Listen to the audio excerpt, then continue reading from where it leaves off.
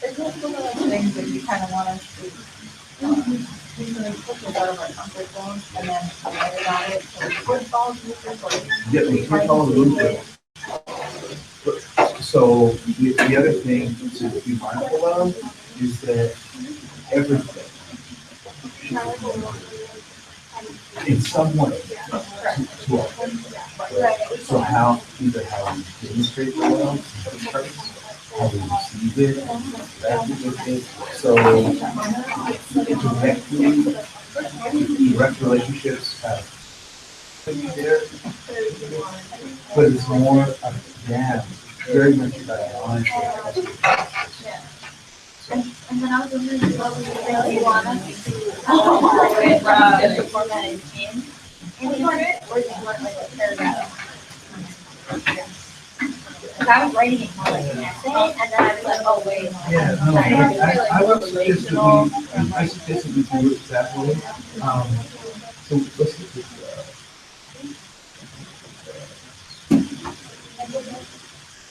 Well, there was like a forum, like it was in the top, it was up at the top. It was the file that said, community, yeah, oh, that's a community like that. Oh. It's like that. Yeah, yeah. And then it was the feedback response at the top. But those ones all look the same.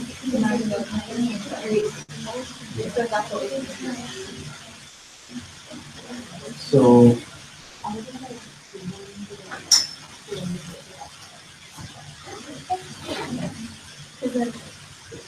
here, obviously, you consider the first.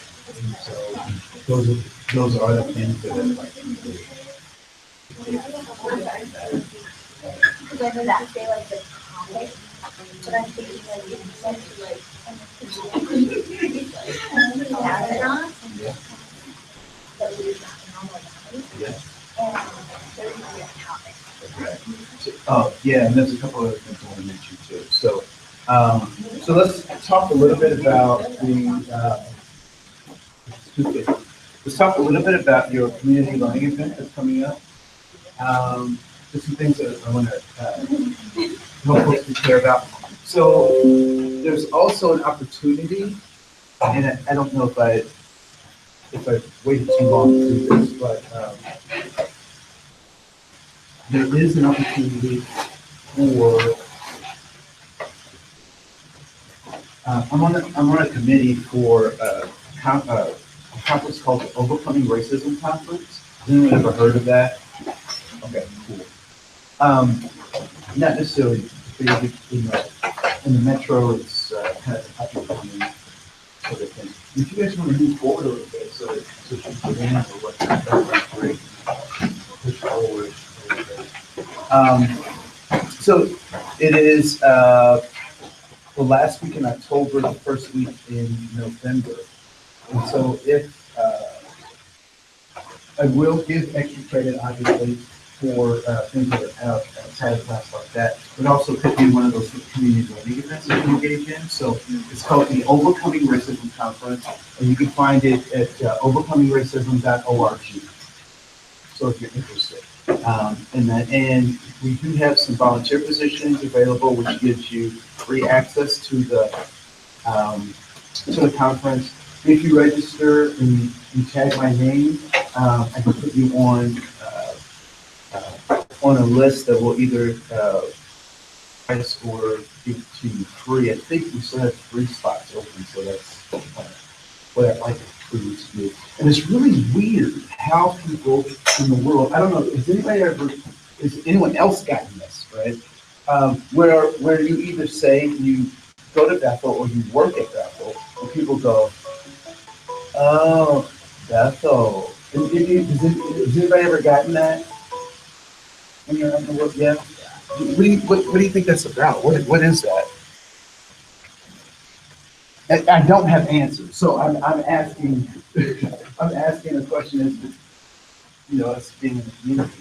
What do you think that's about? Or when they do that, what is that? Do you think? Or how do you take it? I just think they be kind of like, oh, you're like one of those like that type of vibe. Yeah. Well, like I even had a friend who someone once who colleague of it, like, oh, so you didn't pick up those, so you probably didn't know in the Bible, but not as much about like severity, Okay. kind of like that. Kind of like that. Other folks, you think about that though. How do you take that away? Yes. Yeah, I just like to say that my friend never has that, or like you talk about honesty and I really celebrate not seeing my life in someone. We also can really separate from how much Yeah. It's just interesting to me because I never know quite how to deal with that. And it's so funny because I was like, hey, we can do some things at Bethel and come over here. And people are like, we'd rather not. And I was like, oh, well, why? And they were like, we just we'd rather not. And the funny thing is, folks know kind of where I stand on things in terms of my religious background and that kind of stuff. And I'm not overbearing or anything like that. I think if anything, I'm probably the most present in that space here than I probably am in other spaces. Not that I don't, but I just don't talk. I don't use the language, right? That I can use in this space. So it's just interesting. I just wonder if other people experience that. And so, a lot of times I think, and I try to ask people to tell me more about that so I can have a better sense of it. And sometimes they just shut down or they rather talk about something else or whatever. On the other side of that though, I have kind of opportunities where if I say much about those people get really excited. Oh, sweet. That's such a good school. So like I So it's had like both that. sides, yeah. You're not in your head as well, so you've got me as well. Beautiful. Yes, that's all. Maybe they're in the bubble with us. Maybe they're in the bubble with us. So community learning events. Again, these are things.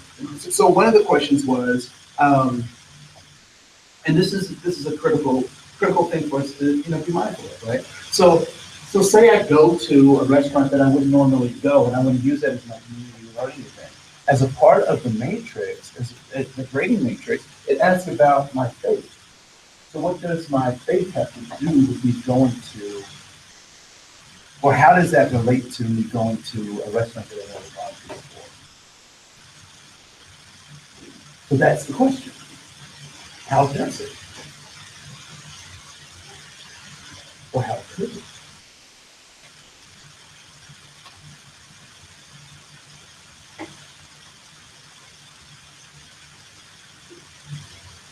Anybody like pho? Right, pho. And raise your hand if you like pho. Raise your hand if you've had it. Raise your hand if you know what I'm talking about. Right. So typically, where would you get pho? Where would you go? Where would you get it? Yeah. A Vietnamese restaurant. A Vietnamese restaurant. Right. What might that have to do with my faith? So, if you're going to a Vietnamese restaurant and saw a bowl of oranges, you ever seen that bowl of oranges? Or a shrine with Buddha? Right? Have you seen that in the restaurant? What does that have to do with your faith?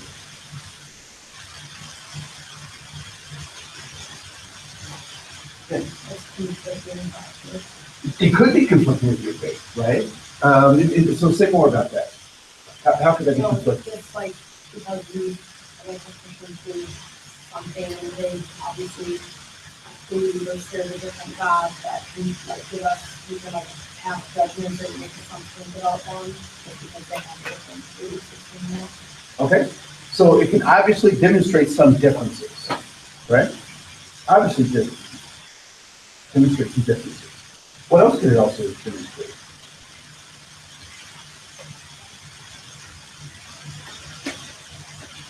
Just demonstrating differences, it also could demonstrate similarities or commonalities, right? So these are people of faith, even though they may not necessarily be of my faith. So now I do have a connection with them because we're both people of faith. Now, we may conflict in how that faith gets acted out or whatnot, but that's something that should be a consideration, right? So in one way, one could look at that and say,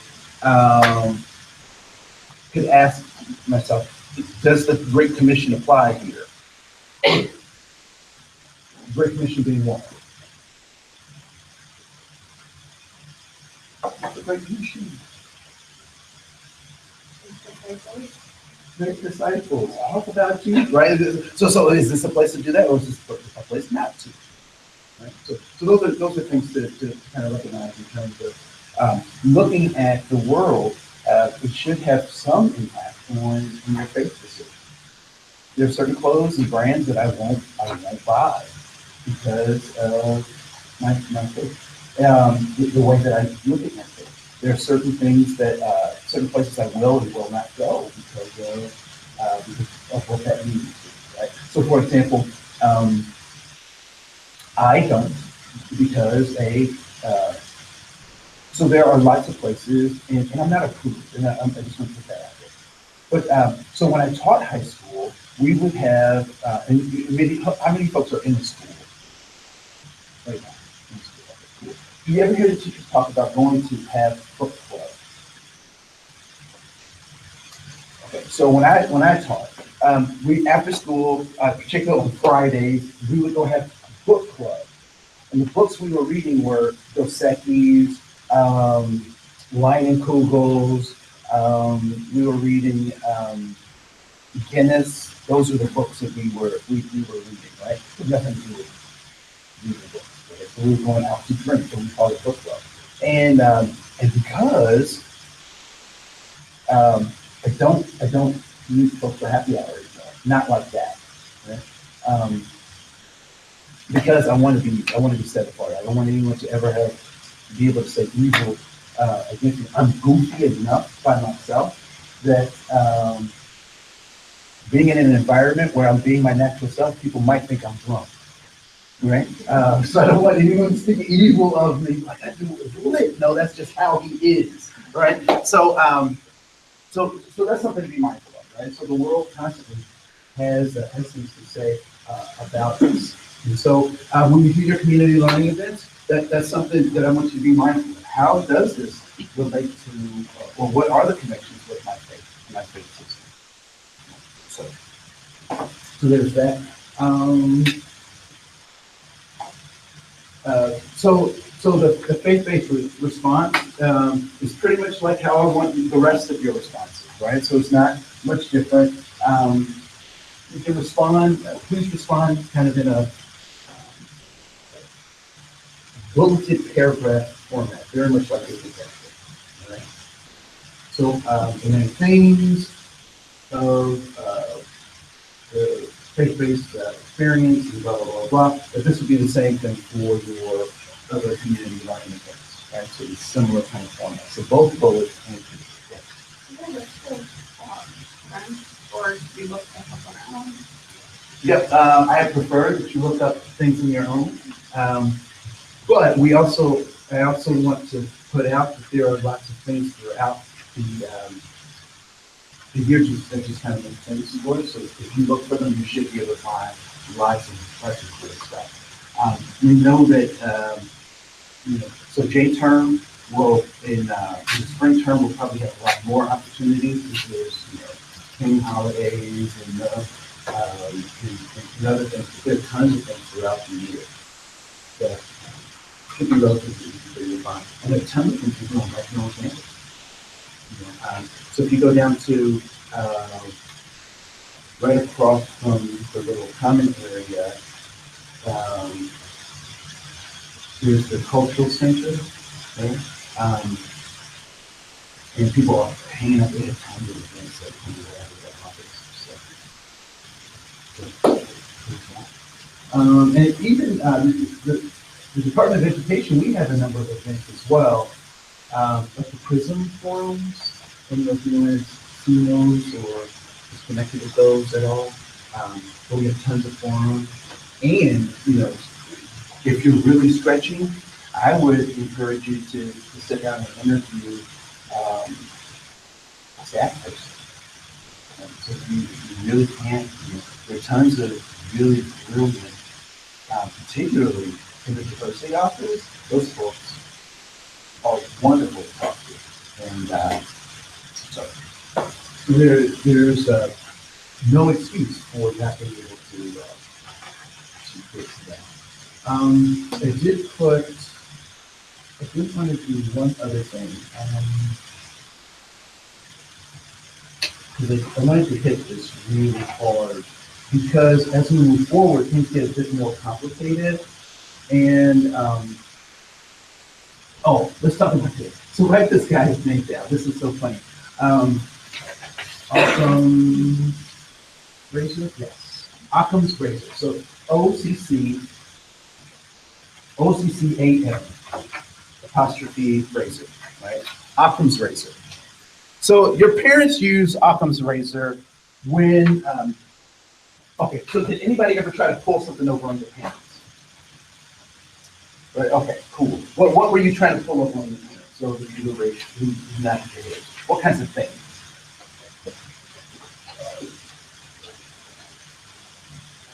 What kind of things? What kind of pull over?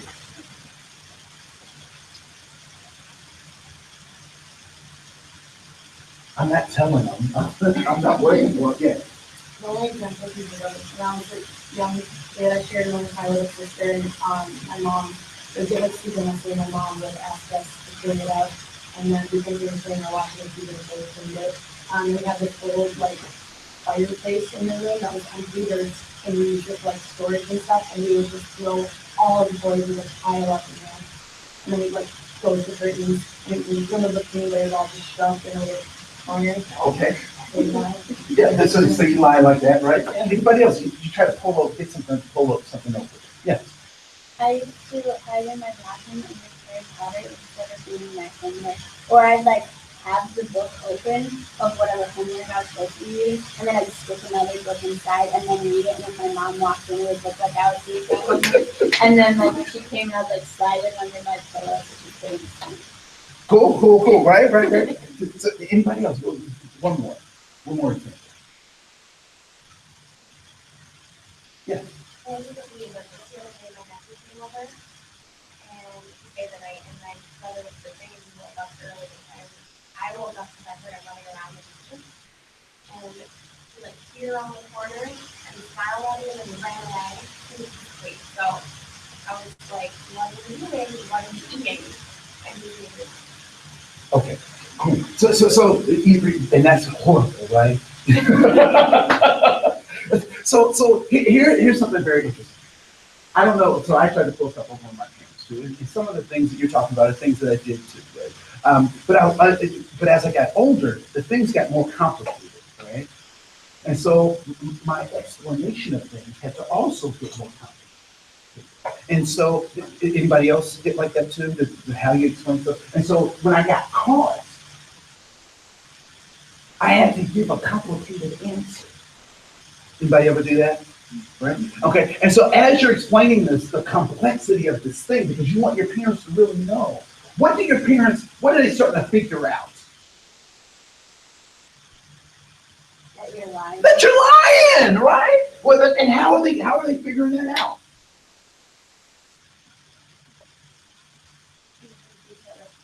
We have a very detailed explanation for something that should have been really simple, right?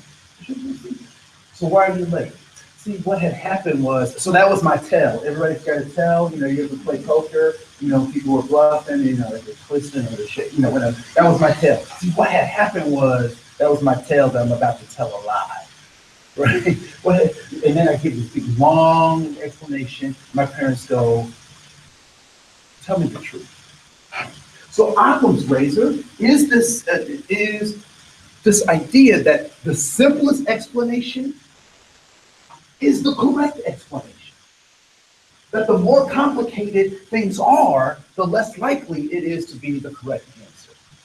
Right? Has anyone ever heard that expression? Think long, think wrong. Anyone ever heard? Okay, so we used to say that. Anyone bowl? Anyone ever went bowling, bowl? Flatteries, flatteries. Flaherty's, right? So Flaherty's restaurant. So yeah. The worst thing you can do in bowling is change at the last minute. And I'm notorious for that. Because I have my position, I have my stance, and then I'm like, and then as I'm releasing the ball, I twist my wrist just a little bit, throws everything. Gutter ball, right? I'm like, my form is perfect. Then I changed it the last minute.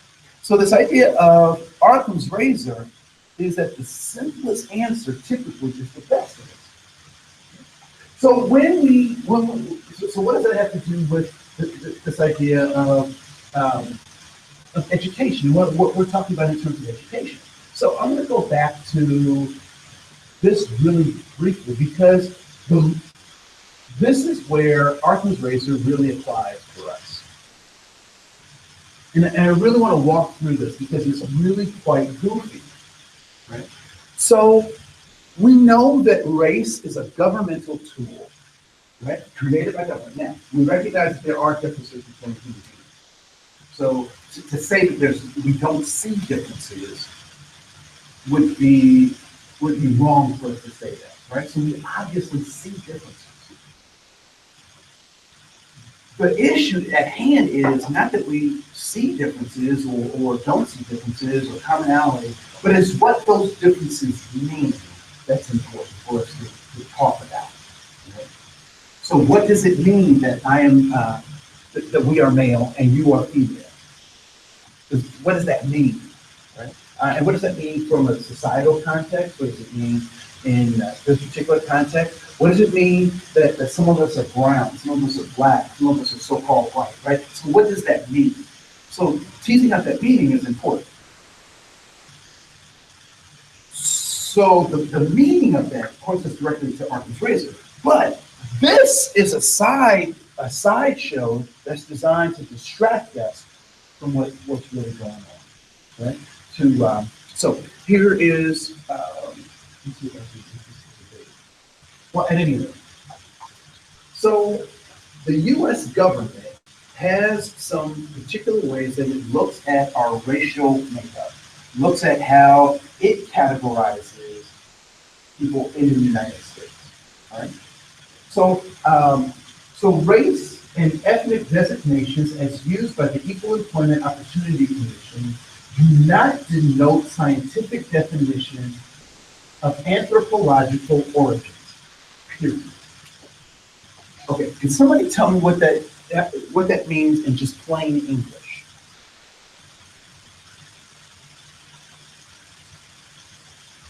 Yes. So like the race that they use in the government is not necessarily like scientifically that meaning it doesn't have that much depth to it.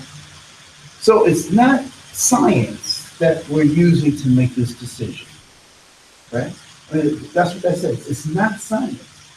So we're not using DNA. We're not using even anthropology. You know, anthropology is the study of what humans make and how they interact and how they develop. So we're not using that either. So we're not using science.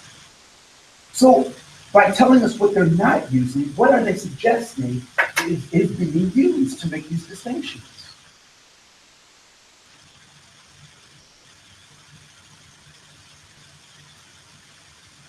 What is the suggestion? So if we're not using science, we're not using data, we're not using verifiable information, what are we doing? Yes. You're using opinions or ideas. We're making it up. We're making it up. So the United States government says we're going to make this thing up because we're not going to rely on science, right? So let's continue with this.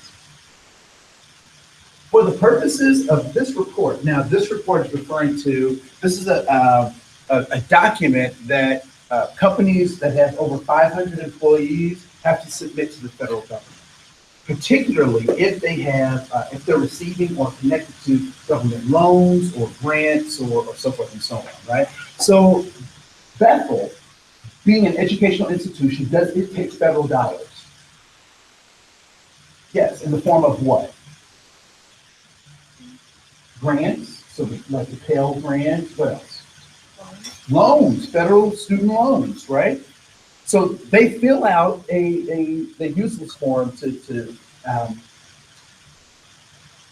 interact with the government.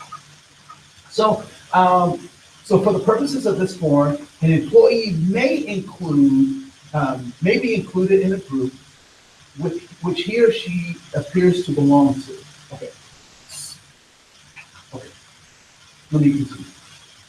So an employee may be included in a group which he or she appears to belong to, identifies with, or is regarded in the community as belonging. No person should be counted more than one race or ethnicity. Okay? So this form is already saying that people can't be counted twice, that someone can self-select, so forth and so on. So here are the rules by which this form gets filled out.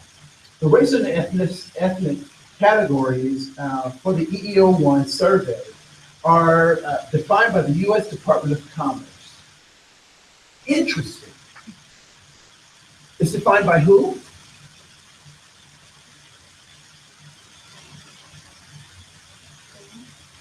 Yeah, it's by the U.S. Department of Commerce. What does that have to do with human interaction?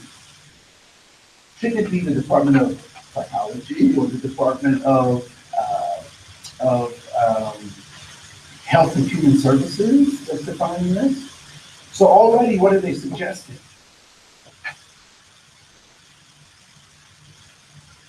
Department of Commerce handles what? Money. So already there's a suggestion that whatever we're doing is related directly to money, right?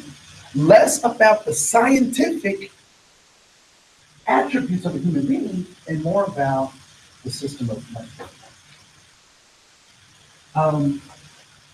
So the self-identification is the preferred method of identifying race or ethnicity information as necessary for the EEO1 report. Employers are required to attempt. What does that mean? Required to attempt. You have to try, right? And what do we know about trying?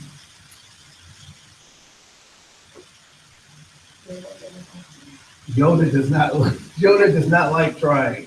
There is no try. Only do or do not. Yeah, I said that right? Because Yoda talks backwards, right? He said, so yeah, so I can try, and if I just say, oh, I tried, it doesn't mean I necessarily have to. So if an employee declines to self-identify, employment records or observer identification may be used to identify the person. So have you ever had someone say, you know what, I'm not going to fill out the race form because I'm not going to play that game? Anyone ever heard someone say something like that? Or on a job application, why did they even ask that? I'm not filling that out at all. Anybody ever heard somebody say that? Right? So here's the interesting thing. You can make that choice. But what does the federal government say? Somebody else is going to do it.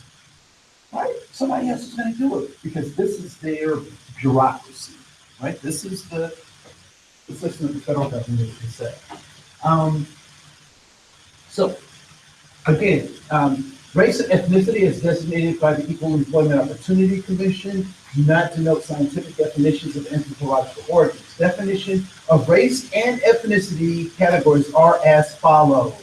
All right, Hispanic or Latino, a person having Cuban, Mexican, Puerto Rican, South or Central American, or other Spanish culture of origin, regardless of race. Hispanic or Latino? Anybody know anybody from those places? Now, here's something very interesting that I want you to think about. Are Hispanics or Latinos in Mexico?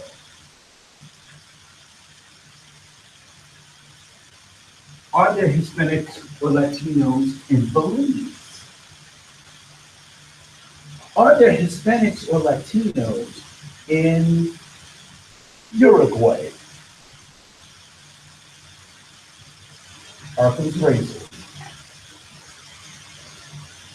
What would Arkham's razor suggest? The simplest answer is the correct one. And what would the simplest answer be?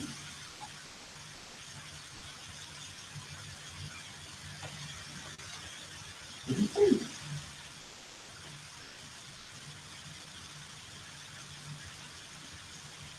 Yes. Okay. So why would you say yes? So those who would say yes, why would you say yes? Fit the definition, they might not be themselves, Okay. but they So they may fit the definition, but if they don't see themselves that way, then are they?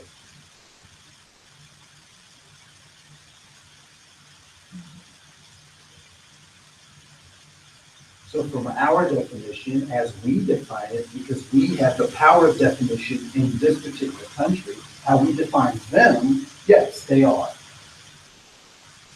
But when they have the power of definition at home,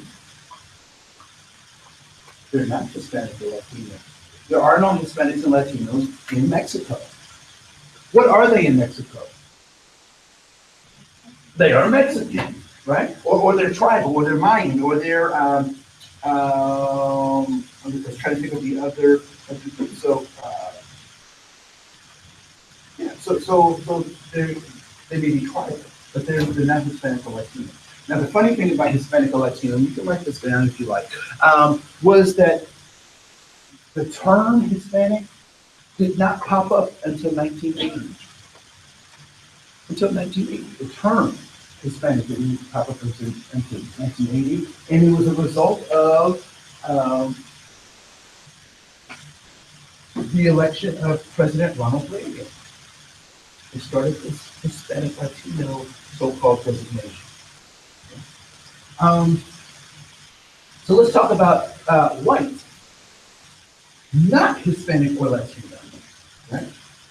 So white, not Hispanic or Latino, is a person having origins in any of the original peoples of Europe, the Middle East, or North Africa.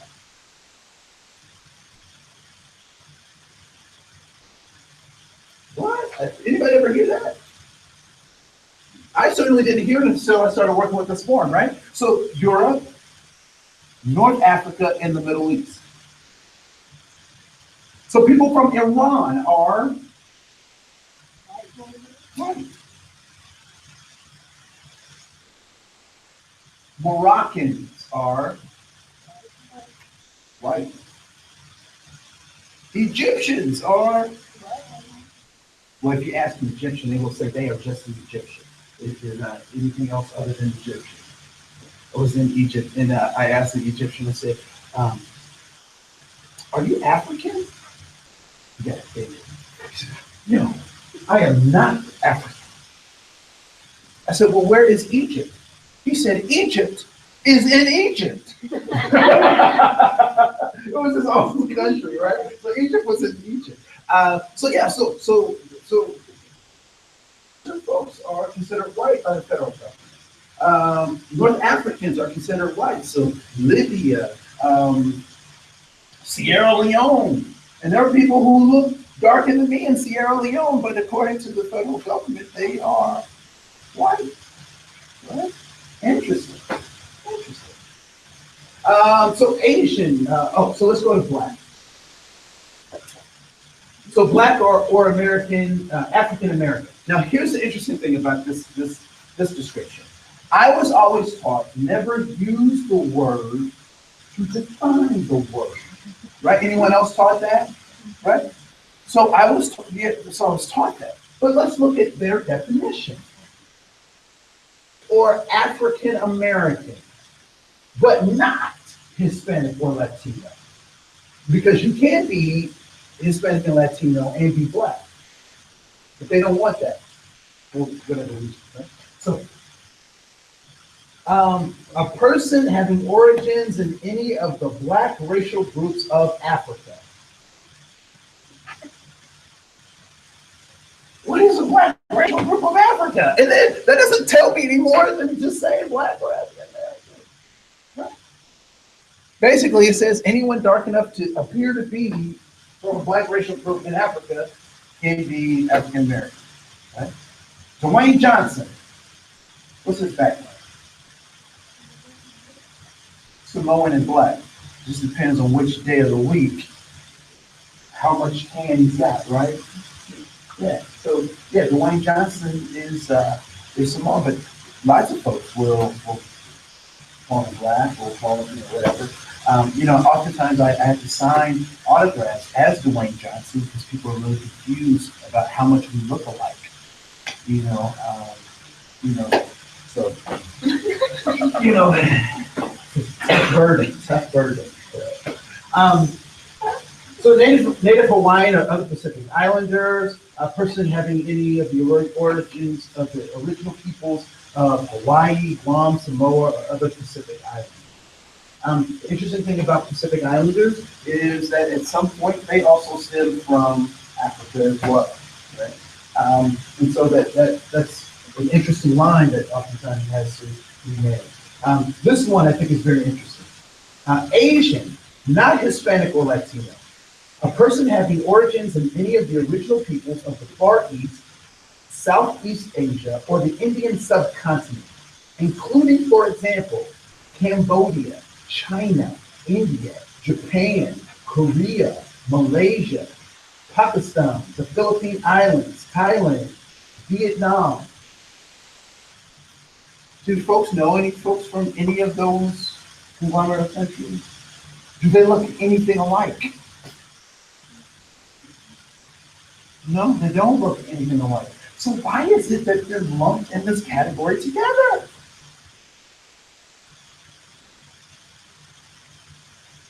Very distinct and precise cultures.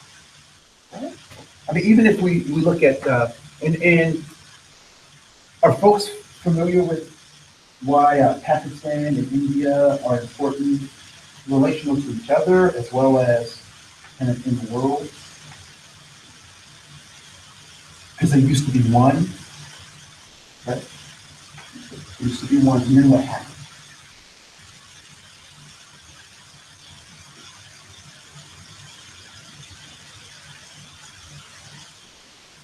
They split for religious. They split for religious reasons, right? So after Gandhi died, after he was assassinated, folks were like, okay, father's gone, so we can split. Right? So they made that split. So, yeah. So Asian, so American Indian. Now this is another one that I think is very interesting, right? So we got this whole category of Asians, and we're taking all these cultures and we just dump them into the same category. So American Indian or Alaskan Native, a person having origins in any of the original peoples of North and South America, including Central America, who maintain tribal affiliation or community attachment.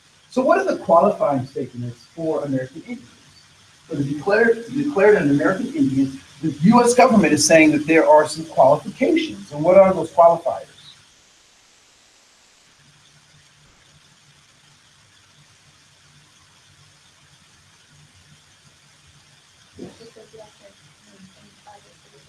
Maintain tribal affiliation. What else?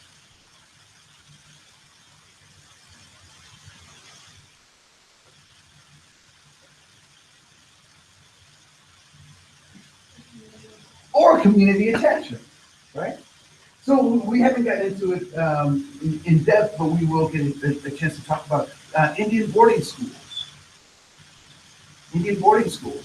And one of the biggest things about the Indian boarding schools is that they were trying to rip away tribal affiliation and community attachment. But now we're saying that those are necessary to become an American Indian.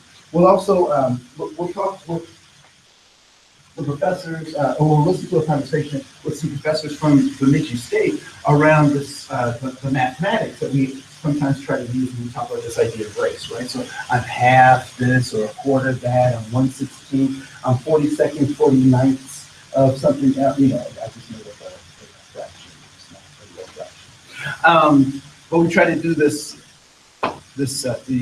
math stuff that doesn't really work. And then lastly, this is what I think is very interesting, because even in this document itself, it's contradicting itself, right? So earlier it said you can't select two or more races, but here it gives a description of two or more races. So just very interesting. Yeah, I'll take your hand first. Sorry. No. So I have a question. So like, why after like white or Asian is it always like considered not Hispanic? Because you can be a white Hispanic. You can be an Asian Hispanic. So they have to say like this category aside from Hispanic. Yeah. Okay. Ask the next question. So what will be the next question after that? Just like, I want to give you exactly the right answer. So Asian, not Hispanic or Latino. So why do I need to know that? So why does it really make a difference? So why is this like why do we have to keep mentioning that? And the answer is I don't know. I don't know why this. So if I was white, that would put me in this category. If I was black and Hispanic, I don't understand why the Hispanic or Latino is pulled out, and that we need to look at these other things. Right?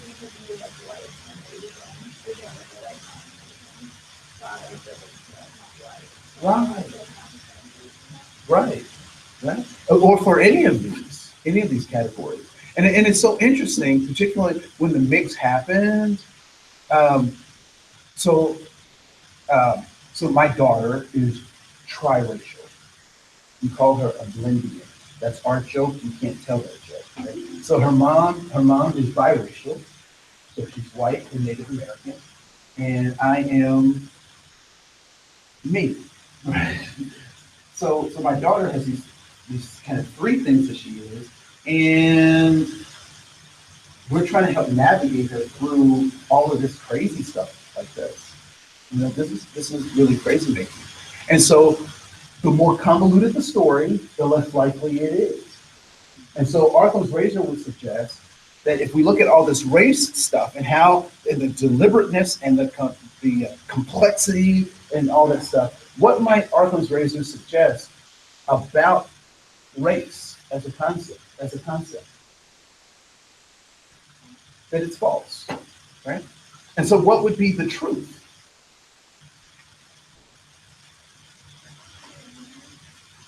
That we're more like, that we're just kind of clones, these shades of humanity, and not necessarily these particular races, right? And so when we start talking about this idea of racism, and I wrote on the board, and I don't know if anybody captured it, that racism is an economy. It is an economy. And when I say economy, what does that mean? When I say something is an economy.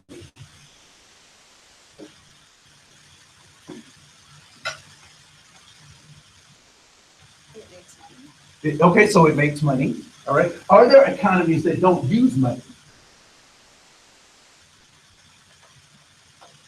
Give me an example.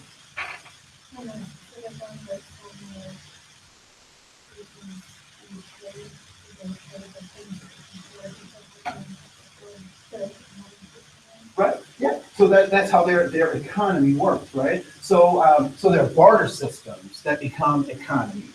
I don't know if anyone ever did in school do a token economy, right? Where the teacher passes out either tickets or chips for doing stuff, and you can trade that in for other stuff. Anybody ever do that in schools? Okay. Or in primary school, you get stars for doing stuff on a chart, right? Going to the potty or whatever, right? So those are economies.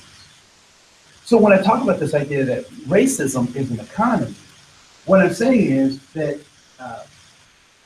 that so when we go back to this document, this document is orchestrated by who?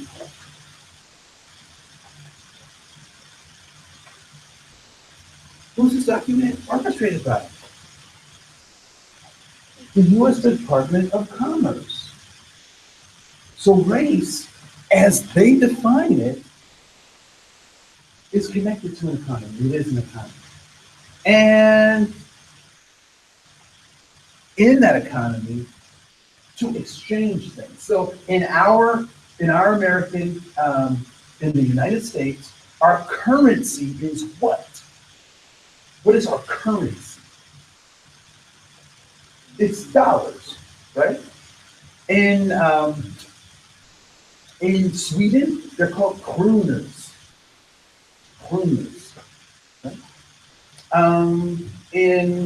Someone been some other place where they have money for currency. What do they call it? Yes. Dinars. Where else? Euros. Pesos, right?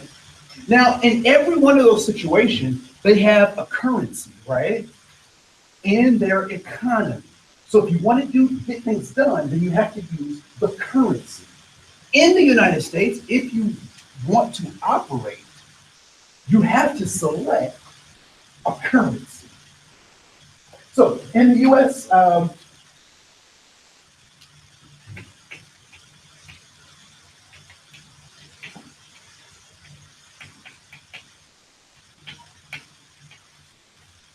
denominations, right? Denominations, right? Is this one all right? But editing. Oh, yes, yes.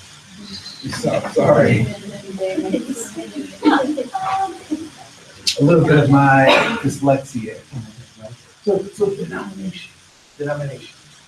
Sounds interesting, right? So in each of those currencies, there are different denominations. So the lowest in terms of the folded bills that we have is what? What's the lowest denomination? The $1. And who is on the $1? Washington. So George, right?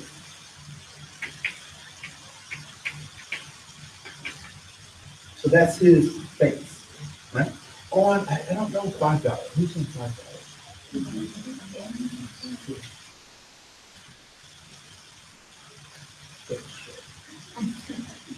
I know that's $5.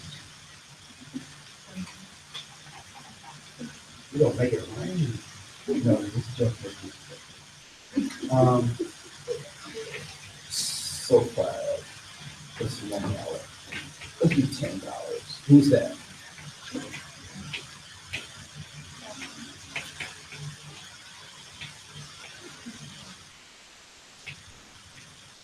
$20 is no, Jackson is 20. Sorry. Hamilton is 10. Alexander Hamilton was a million inventor. I know I got like 5 minutes, so I know you get nervous, so I'll be mindful of that. Each denomination has a different value, right? There's a different face on it. When we start looking at, and remember what I said, that it does not, we can recognize difference, but it's the values that we associate with those differences that are important. And so the denominations for,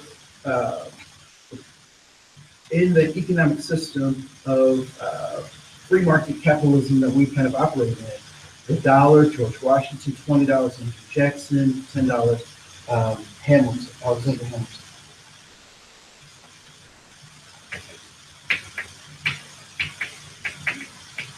Racism also has these distinctions where racism applies certain values to what it means to be different categories.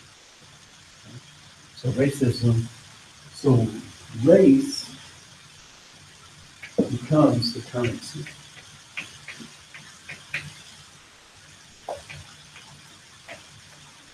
In the economic system of racism.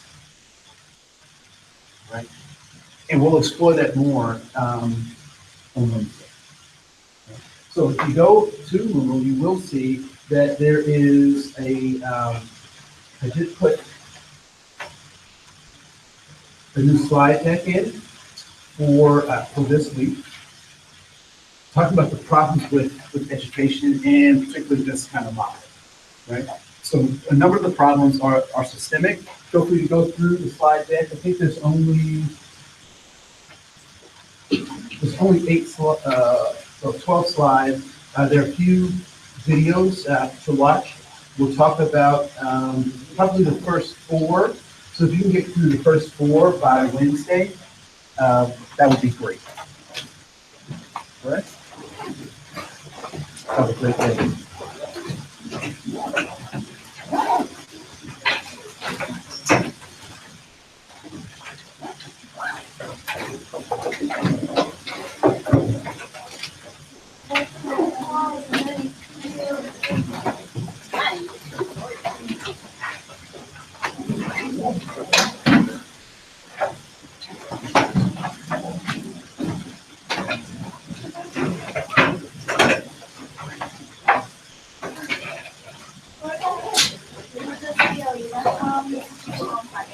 Yeah.